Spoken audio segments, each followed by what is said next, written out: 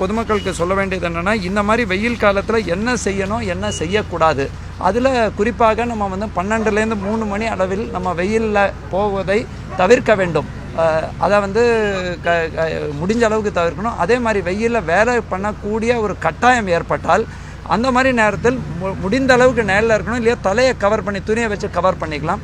குறிப்பாக நம்மளோட குழந்தைகள், பச்சிளம் குழந்தைகள் இதெல்லாம் வந்து தனிப்பட்ட முறையில் அதை விடக்கூடாது. அந்த காரோ இதுலேயோ அப்படியே க்ளோஸ் பண்ணிவிட்டு நம்ம விட்டுற போயிடக்கூடாது. அவங்க கவனக்குறைவை விடக்கூடாது. நேரடி வெயில் தாக்கத்துலேருந்து அவங்கள அவாய்ட் பண்ணோம். அந்த மாதிரி ஏற்கனவே டூஸ் அண்ட் டோன்ட்ஸ் வந்து நம்ம தேசிய மற்றும் மாநில பேரிடர் மேலாண்மை ஏஜென்சிஸ் வந்து வெளியிட்டிருக்காங்க.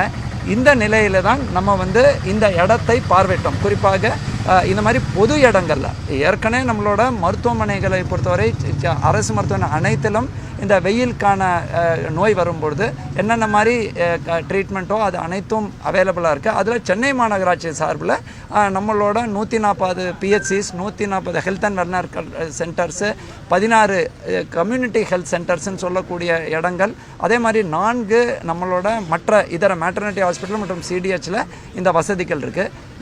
இதில் இருக்கும் பொழுது இதில் ஓஆர்எஸும் அந்த இடத்துல குடிதண்ணியோட சேர்ந்து கொடுக்கக்கூடிய வசதிகள்.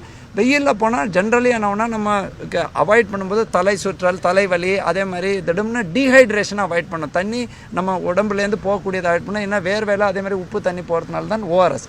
அதனால்தான் கூடுதலாக ஏற்கனவே 75 இடத்தில் பொது இடத்துலையும் இந்த குடிதண்ணியோடு சேர்த்து ஓஆர்எஸ் கொடுக்கணும்னு சொல்லும்போது தற்பொழுது 150 இடத்துல 75 150 இடத்துல இந்த வசதிகள் பஸ் ஸ்டாண்ட் போன்ற இடங்களில் இந்த வசதிகள் ஏற்படுத்தப்பட்டுள்ளது. அதே மாதிரி தேவையான 2.96 லேக் ஓஆர்எஸ் சாஷஸ் நம்ம கையில் இருக்குது. மெயினாக நம்ம வெயில் அவாய்ட் பண்ணுவாங்க, நிழலில் இருக்கணும். அதே மாதிரி சுற்றடிக்கும் வெயிலில் குடி தண்ணி தேவையான தான் இல்லாட்ட குடிக்கணும். இதுதான் அந்த சப்ஜெக்ட். செய்திகளை உடனுக்குடனும் துல்லியமாகவும் தெரிந்து கொள்ள சப்ஸ்கிரைப் பண்ணுங்க.